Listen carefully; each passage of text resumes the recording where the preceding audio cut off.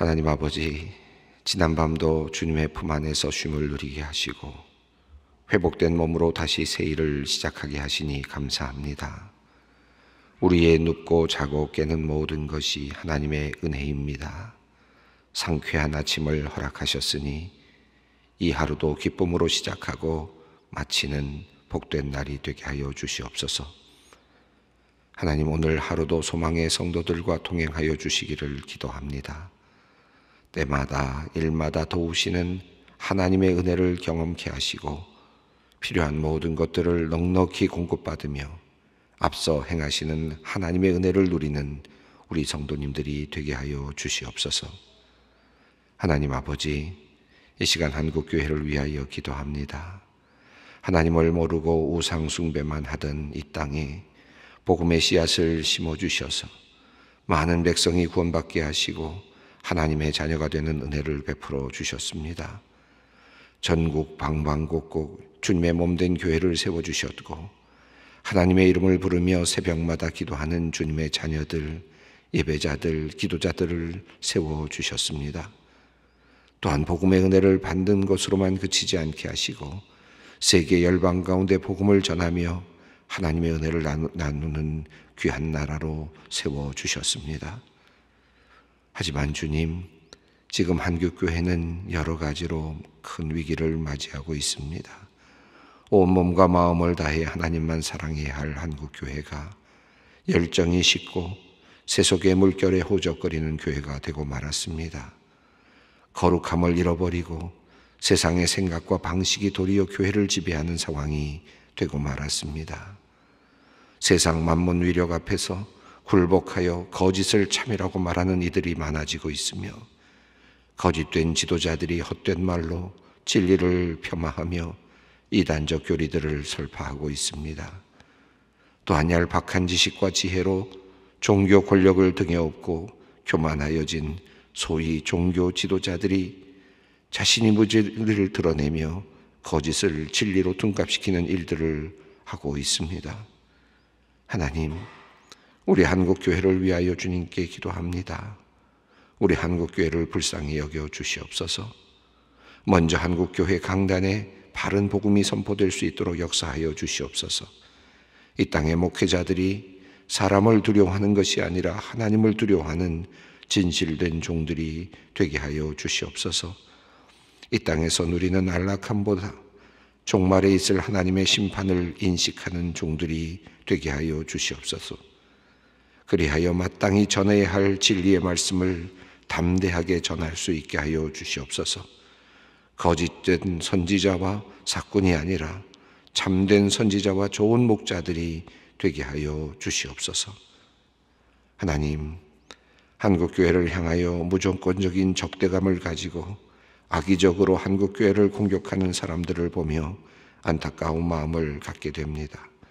하나님, 악의적으로 기독교에 대하여 부정적인 이미지를 형성하고 교회 활동을 위축시키려는 사람들에게 하나님의 살아계심을 나타내 보여주시기를 원합니다.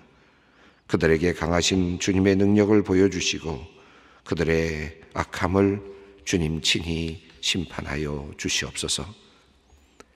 또한 하나님께서는 이러한 세상의 공격과 탄압으로부터 교회를 지켜주실 줄 믿습니다. 성령의 능력으로 교회를 보호하여 주시옵소서. 교인들을 영적으로 무장시켜 주시고 교회를 돕는 사람들을 세워주시고 이 땅의 교회들이 세상과 사탄의 방해를 이겨내고 하나님의 맡겨주신 그 사명을 감당해낼 수 있도록 인도하여 주시옵소서. 하나님, 우리 소망교회에 은혜를 베풀어 주시기를 기도합니다. 하나님의 말씀이 힘있고 능력있게 선포되는 교회가 되게 하여 주시옵소서. 다음 세대를 하나님의 사람들로 키우고 양육하는 교회가 되게 하여 주시옵소서. 소망의 성도들이 주님 안에서 영적인 가족임을 고백하며 서로 사랑하고 하나됨을 이루어가는 교회가 되기를 원합니다. 예수님의 손발이 되어 구제하고 봉사하고 선교하는 그런 교회가 되게 하여 주시옵소서. 하나님의 마음을 기쁘시게 해드리며 이웃에게 유익을 주는 그런 교회 되게 하여 주시옵소서. 코로나19의 여파로 또한 여러 가지 이유로 한국 체류 중에 있는 선교사 자녀들을 위하여 기도합니다. 하나님께서 특별히 선택하신 축복의 통로임을 깨달아 알 수 있는 지각을 주시고 감사하는 마음을 주시옵소서. 그들의 어떠한 환경에 있든지 하나님을 온전히 의지하고 믿게 하시며 선교사인 부모님들을 존경하며 자랑스럽게 여기게 하여 주시옵소서. 하나님, 세상에 흩어져 복음을 전하는 우리 선교사님들을 지켜주시고 그들의 입에 복음의 능력을 주시고 그들의 삶에 사랑의 능력을 주시기를 원합니다. 주님께서 부르신 그 소명을 이루어내며 승리하는 선교사님들이 되게 하여 주시옵소서. 하나님, 오늘도 병상에서 주님의 이름을 부르는 성도님들 한 분 한 분을 긍휼히 여겨주시고 주님의 치유의 손길을 허락하여 주시기를 원합니다. 간호하는 가족들에게 새 힘을 주시고 투병하는 성도들에게 하늘의 생명력과 창조주의 하나님의 손길이 머물게 하여 주셔서 그들이 온전하여지고 나음을 입게 하여 주시옵소서. 건강검진 중에 자궁암 진단을 받아 수술 일정을 잡고 기도 중에 있는 권사님을 위하여 기도합니다. 지금까지 77년간 건강하게 지켜주신 것, 그리고 건강검진으로 그래도 일찍 병을 알게 하신 것에 대한 감사한 마음이 있습니다. 그러나 당황스러운 것도 사실입니다. 지난 시간을 돌아보는 귀한 시간이 되게 하시고 하나님과 함께 있음을 다시 확인하는 복된 시간이 되게 하여 주시옵소서. 주님께서 주시는 평안함으로 따님 권사님을 비롯한 모든 식구들이 위로를 받게 하시고 모든 수술의 과정이 잘 이루어지고 건강을 회복케 하여 주시옵소서. 하나님, 이 시간 하나님의 말씀을 듣고자 합니다. 말씀의 뜻을 밝히 알 수 있도록 우리 심령을 조명하여 주시옵소서. 성령님의 역사하심을 간절히 간구하오며 우리 주 예수 그리스도의 이름으로 기도드리옵나이다. 아멘. 오늘 말씀입니다. 고린도전서 10장 1절로 5절 말씀입니다. 고린도전서 10장 1절로 5절 말씀입니다. 함께 봉독하겠습니다. 형제들아, 나는 너희가 알지 못하기를 원하지 아니하노니 우리 조상들이 다 구름 아래 있고 바다 가운데 지나며 모세에게 속하여 다 구름과 바다에서 세례를 받고 다 같은 신령한 음식을 먹으며 다 같은 신령한 음료를 마셨으니 이는 그들을 따르는 신령한 반석으로부터 마셨음에 그 반석은 곧 그리스도시라. 그러나 그들의 다수 하나님이 기뻐하지 아니하셨으므로 그들이 광야에서 멸망을 받았느니라. 오늘은 고린도전서 10장 1절부터 시작되는 본문을 읽었습니다. 오늘 본문은 상당히 이제 오늘부터 이어지는 본문은 또 계속 이어지는 본문 10장에 이어지는 본문은 다시 우상 숭배와 관련되어 있는 그런 내용으로 되어 있습니다. 사실 전체적으로 8장부터 9장 지금 10장 계속 이어지는 본문이 우상 숭배라고 하는 관점. 근데 이 우상 숭배라고 하는 관점은 좀 더 앞서 나가면 사실은 음행이라는 것과도 사실은 연결이 되고 있어서 전체적으로는 하나의 흐름을 가지고 있다고 해도 과언이 아닐 것 같습니다. 다만 우상 숭배라고 하는 큰 주제가 이제 도출되었고 우상 숭배에 대해서 8장 9장에서 이야기를 했는데 10장에서 다시 이제 거론을 합니다. 그런데 이 톤이 분위기가 바뀌는 것이 이제 매우 중요한 핵심입니다. 8장과 9장에서는 우상숭배를 다루면서 우상숭배를 하는 사람들의 어떤 자신감, 다시 말하면 우상숭배가 아니라 우상에게 바친 제물이죠. 우상에게 바쳤던 제물을 먹는 사람들입니다. 우상숭배가 아니고 제가 말씀을 잘못 드렸습니다. 우상에게 바쳐진 제물을 먹는 사람들이 가지고 있는 자신감, 이것은 하나님이 우리를 구원하셨다. 우리는 우리의 구원은 절대로 취소되지 않는다라고 하는 이런 자신감에서부터 출발됐고 그런 깨달음에서부터 출발하는 그런 것이었습니다. 자, 그런 면에서 그것을 인정하면서 사도 바울은 8장과 9장에서 그런 자유가 있지만 그런 모든 자유가 있지만 약한 자들을 배려해야 된다 하는 그런 관점이었죠. 그래서 약한 자들을 배려해야 되고 또 절제하지 못하는 이들을 또 생각해야 된다라고 하는 관점을 이야기하면서 엑수시아라는 그런 표현을 썼습니다. 권리, 자유로울 수 있는 권리, 내가 깨달아서 얻는 권리, 또 내가 스스로 시민권이라든지 여러 가지를 가지고 얻을 수 있는 권리, 이 모든 것들을 포함하는 이 엑수시아라는 표현을 썼습니다. 너희들에게 권리가 있다. 그래서 그 권리를 가지고 너희들이 다른 그 신전에 올라가서 다른 신들을 섬기는 신전에 올라가서 그들과 함께 교제를 나누기도 하고 그 신전에 바쳐졌던 그런 제물들을 먹기도 하는 그와 같은 일들을 하는데, 그것은 너희들에게 권리가 될 수는 있지만 당연히 누릴 수 있는 권리라고 말하지만 약한 자들을 위해서 배려해야 된다라는 표현을 했습니다. 이게 8장이었죠. 근데 이 9장으로 넘어가면서 어떤 내용이었습니까? 다시 그 톤이 살짝 바뀌면서 예가 좀 바뀌었습니다. 내가 바울이 생활과 관련된 비용을 받을 수 있는 것, 이것도 나에게는 권리다. 이 권리에 대해서 하나씩 설명을 했습니다.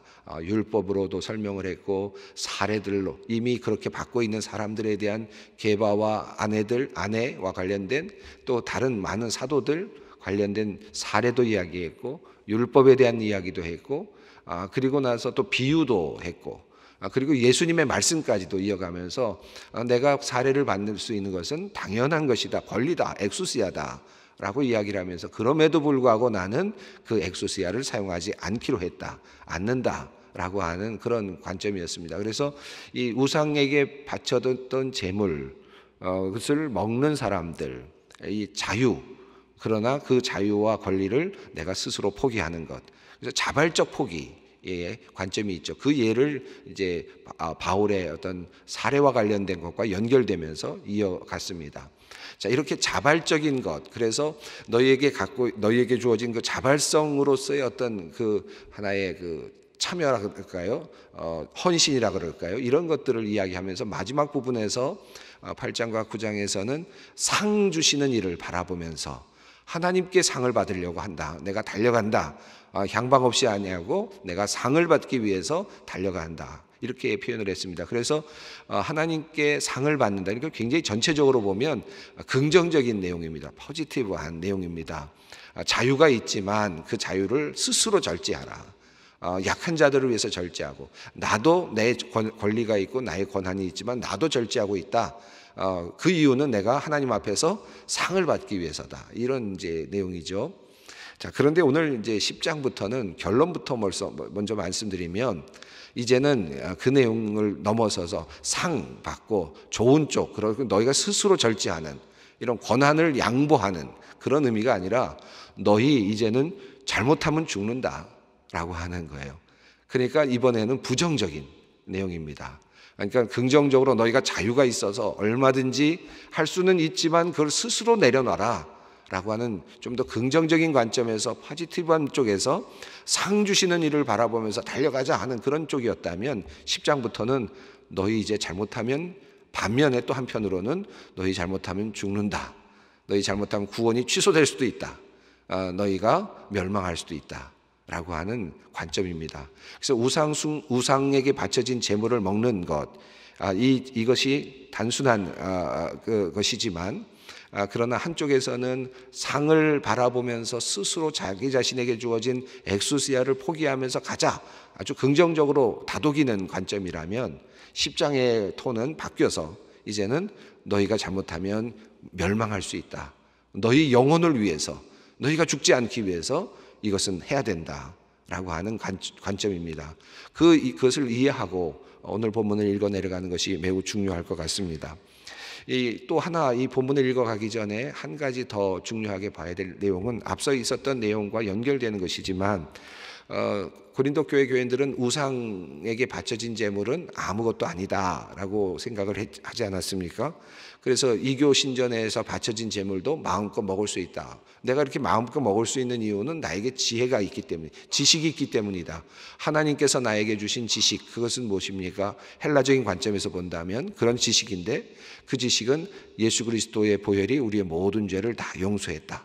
이런 확신이 있다.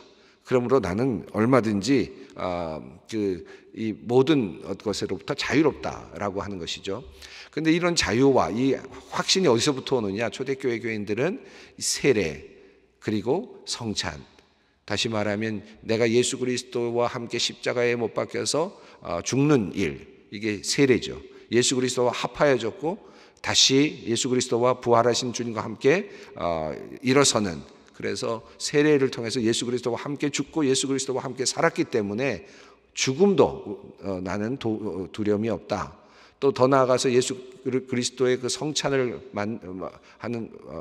받아 먹으면서 그들은 예수 그리스도의 이 성찬이 나의 모든 죄를 치료한다. 나의 모든 것들을 치료하는 치료제이다. 라고 그렇게 생각을 했습니다. 그래서 이그나티우스와 같은 분은 성찬을 불멸의 치료제라고까지 이야기를 했거든요. 이것이 초대교회의 팽배한 하나의 그 신념이었다고 할 수 있습니다. 그러니까 우리가 왜 죽어도 사느냐? 우리가 왜 이 어떤 죄를 지어도 우리가 다시 살아나느냐, 다시 용서받느냐 하는 것을 구체적으로 설명해 주는 하나의 행위가 세례와 성찬이었다라고 하는 것입니다. 그러니까 우리가 그냥 그 당시에 초대교인들이 단순히 믿은 것이 아니라, 믿기만 한 것이 아니라 그것을 실증적으로 세례와 성찬을 통해서 확증했다는 것입니다. 그러면서 자신감이 있었다라고 볼 수 있습니다. 자, 그래서 오늘 이제 고린도전서 10장 말씀은 이제 그 내용을 이제 펼쳐가고 있습니다. 펼쳐가는데 아주 참 재미있게 펼쳐가는데요. 오늘 본문은 그 이야기의 서론 부분입니다. 이 내용, 오늘 본문에는 그 내용, 제가 말씀드렸던 그 문제 제기는 없고, 지금 앞에 나오는 이제 서론 부분으로서 이제 유대인들, 그러니까 이스라엘 백성들의 그 옛날을 회고하도록 하면서 지금 바울이 또다시 새로운 톤으로 이야기를 풀어가고 있습니다. 자, 1절 말씀을 읽어봅니다. 형제들아, 나는 너희가 알지 못하기를 원하지 아니하노니 우리 조상들이 다 구름 아래 있고 바다 가운데로 지나며. 자, 바울은 이제 새롭게 이야기를 하듯이 형제들아, 나는 너희가 알지 못하기를 원하지 않는다라고 하면서 이제 이 주제를, 이 내용을 너희가 꼭 알았으면 좋겠다라고 이야기하면서 주제를 조금 바꾸는 거죠. 지금 이야기를 좀 바꾸면서 새로운 관점을 지금 설명하는 것을 표현해주고 있습니다. 이야기의 구조로 표현해주고 있죠. 자, 우리 조상들이, 여기서 유대인들이죠. 아마도 여기서 유대인들로 보는 것이 좋겠습니다. 우리 조상들이 다 구름 아래 있고 바다 가운데로 지나며. 다 구름 아래 있고 바다 가운데로 지나며. 자, 이것은 지금 출애굽 당시에 이스라엘 민족들을 지금 이야기를 하고 있습니다. 1절부터 지금 5절까지 전체적인 이야기는 출애굽부터 이스라엘 백성들이 한 명도 몇 명만 빼놓고, 그러니까 여호수아와 갈렙을 빼놓고는 나머지 사람들은 그 광야에서 모두 죽게 되는 그 이야기를 지금 하고 있거든요. 그래서 출애굽에 대한 이야기를 지금 시작하고 있습니다. 우리 조상들이 다 구름 아래 있고 바다 가운데로 지나며. 바다 가운데 지났다는 것은 어떤 것일까요? 뭘 얘기할까요? 홍해를 건넜던 의미이겠죠. 구름 아래 있었다. 구름 기둥과 불 기둥으로 하나님께서 인도하셨던 것을 지금 설명하고 있습니다. 그래서 여기서 다라는 표현이 나오는데, 다라는 표현이 1절에도 나오고 2절에도 나오고 3절에도 나오고 4절에도 나옵니다. 그래서 모두 다라는 표현이 나오는데, 이것은 아마도 이스라엘 지금 당시에 고린도 교회 교인들이 서로 분열되어 있는 것을 지금 생각하면서 바울이 분열되어 있지만 모두가 다라고 하는, 이스라엘 백성들이 다 지파도 다르고 다 사람들이 다르지만 모두가 다 구원을 받은 것처럼 다라는 표현을 쓰고 있습니다. 한 사람도 예외가 없다. 하나님의 구원에게는 대해서는 예외가 없었다라는 것을 설명하고자 다라는 표현을 지금 계속해서 사용하고 있습니다. 다 구름 아래 있고 다 바다 가운데로 지나며, 이것은 지금 이스라엘 백성들의 광야 생활을 전체적으로 한마디로 설명을 해주고 있는데, 한편으로는 이것은 이제 뒤에 나오는 세례와 연결이 됩니다. 2절 말씀을 읽어봅니다. 모세에게 속하여 다 구름과 바다에서 세례를 받고. 자, 여기 보면요, 모세에게 속하여 다 구름과 바다에서라는 말은 지금 유대인들이 출애굽하는 내용을 이야기하고 있는데, 그런데 뒤에 맨 마지막에는 무엇으로 받았습니까? 세례를 받고 라고 표현을 했습니다. 자, 이스라엘 백성들이 유대 광야에서 세례를 받았습니까? 그리스도의 이름으로 세례 받았습니까? 아니죠. 또 세례식이 있었습니까? 유대 광야에서 없었죠. 근데 이스라엘 백성들이 지금 세례를 받았다, 이렇게 표현을 했어요. 지금 초대교회 교인들이, 특별히 고린도 교회 교인들이 세례 받았던 것을 지금 상기시키고 있습니다. 자, 근데 이 세례를 받은 것은 어떤 것과 같으냐 하면, 모세에게 속하여서 이스라엘 백성들이 다 구름과 바다를 건너면서 왔던 그 모든 이스라엘 백성들과 하나님 사이에서 일어났던 그 언약의 사건을 표현한다는 것이죠. 그래서 모세에게 속하여 다 구름과 바다에서, 홍해를 건널 때 이스라엘 백성들은 그냥 단체로 다 세례를 받았다라고 보는 것입니다. 물을 통과했는데 물에서 건짐을 받았거든요. 이게 세례죠. 물 속에 들어갔는데 물은 죽이는 것이죠. 물 속에 들어가면 잠기면 죽습니다. 그런데 거기서부터 다시 살아나는 경험을 했단 말이죠. 이게 세례이죠. 물에 완전히 잠겨서 물을 통과해서 물에서 올라오는 것, 이것이 침례의 모습인데, 이걸 통해서 그들은 그리스도와 함께 죽고 그리스도와 함께 살아나는 경험을 합니다. 이것이 세례의 모습인데, 그것이 언제 일어나느냐? 이스라엘 백성들은 광야에서 홍해를 건널 때 하나님께서 그들을 모두 다 세례를 주셨다. 그래서 다시 그들을 물속에서 살려내시는 세례를 거행하셨다라고 이렇게 봅니다. 구름과 바다라는 표현이 재밌는데, 구름은 물이 있는 것이죠. 구름은 물기지 않습니까? 바다도 물이죠. 그러니까 구름과 바다라는 말은 물 속에서라는 표현, 또 큰 간접적인 표현일 수도 있습니다. 물 속에서 그들이 세례를 받았다라고 표현합니다. 자, 그 다음에 3절입니다. 다 같은 신령한 음식을 먹으며, 4절 읽습니다. 다 같은 신령한 음료를 마셨으니 이는 그들을 따르는 신령한 반석으로부터 마셨음에 그 반석은 곧 그리스도시라. 신령한 음식을 먹었다라는 말은 만나를 그들이 먹었다라는 것을 표현하는 것이고, 신령한 음료를 마셨다는 것은 이 광야에서 40년 동안 생활하면서 이 물을 공급받는 것이 굉장히 어려웠을 텐데, 성경에 보면 그들이 반석을 쳐서, 모세가 반석을 쳐서 물이 나는 이제 그 장면들이 여러 번 나옵니다. 신령한 음료를 마셨으니 이는 그들을 따르는 신령한 반석으로부터 마셨다. 이 반석에서 샘물이 나게 하시는 하나님의 역사를 끊임없이 경험하면서 40년을 살아났다는 것이죠. 자, 이 사건을 다시 종합하면서 바울은 이 반석이 누구셨느냐? 바로 그리스도시다라고 그렇게 설명을 합니다. 자, 그러니까 이게 과거에 지금 있었던 이스라엘 백성들의 언약의 백성이 되는 이스라엘 백성들이 지금 세례를 받고, 그리고 지금 신령한 음식을 먹고 음료를 마셨다. 근데 이 음료는 바로 그리스도이시다. 지금 그래서 2절과 3절에서 지금 중요하게 다루는 건 뭡니까? 세례를 받았고 그들이 그리고 성찬을 받는다는 것이죠. 성찬에 대한 개념을 지금 설명하고 있습니다. 초대교회 교인들이 받고 있는 성찬의 개념을 그대로 지금 과거에도 그들이 성찬을 받았다라는 것을 지금 설명해 주고 있습니다. 자, 그러면 하나님의 백성으로 이제 출애굽을 했고, 그래서 하나님의 백성으로서 이제 언약을 맺었고, 광야에서 하나님의 백성으로 하나님께서 그들에게 세례를 주셨고, 하나님의 백성으로 그들에게 성찬을 베풀어 주셨어요.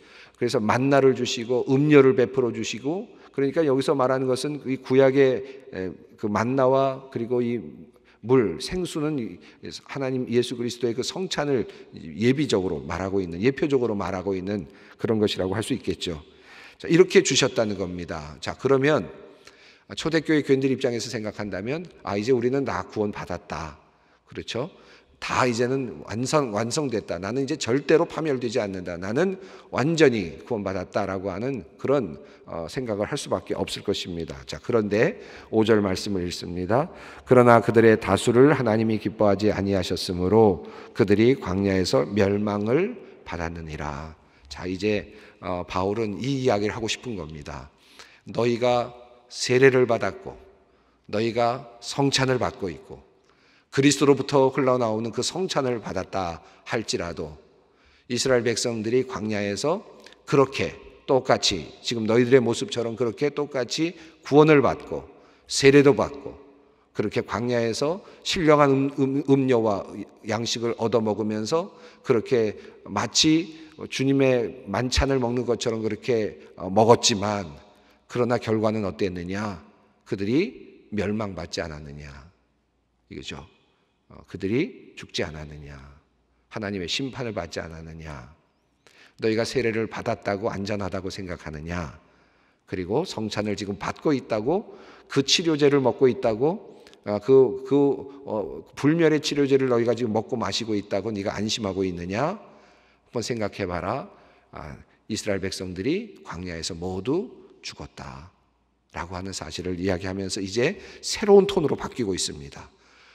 그래서 이제 완전히 자유롭다고 생각하고 있는 이 지금 새로운 초대교회 공동체 고린도 교회를 향해서 이제 우리도 멸망할 수 있다라고 하는 사실을 다시 한번 상기시키는데요. 이미 앞서서 그 이야기를 27절에서 그러니까 9장 마지막 절에서 이미 자기 자신의 이야기를 통해서 먼저 한번 이야기를 해두었죠. 내가 내 몸을 처복종케 함은 내가 남에게 전파한 후에 자신이 도리어 버림을 당할까 두려워함이로다. 바울이 이제 그 이야기를 했습니다. 내가 열심히 하지만 내가 이렇게 하는 것은 내가 혹시라도 복음을 전하고 내가 버림을 당할 수도 있기 때문에 라고 하는 이 두려운 마음을 먼저 이야기를 하고 10장에서 넘어가면서 이제 이스라엘 백성들의 실패를 다시 떠올리게 합니다. 우리도 실패할 수 있다. 우리도 멸망할 수 있다는 사실을 기억해야 된다라고 하는 그런 지금 바울의 권면입니다.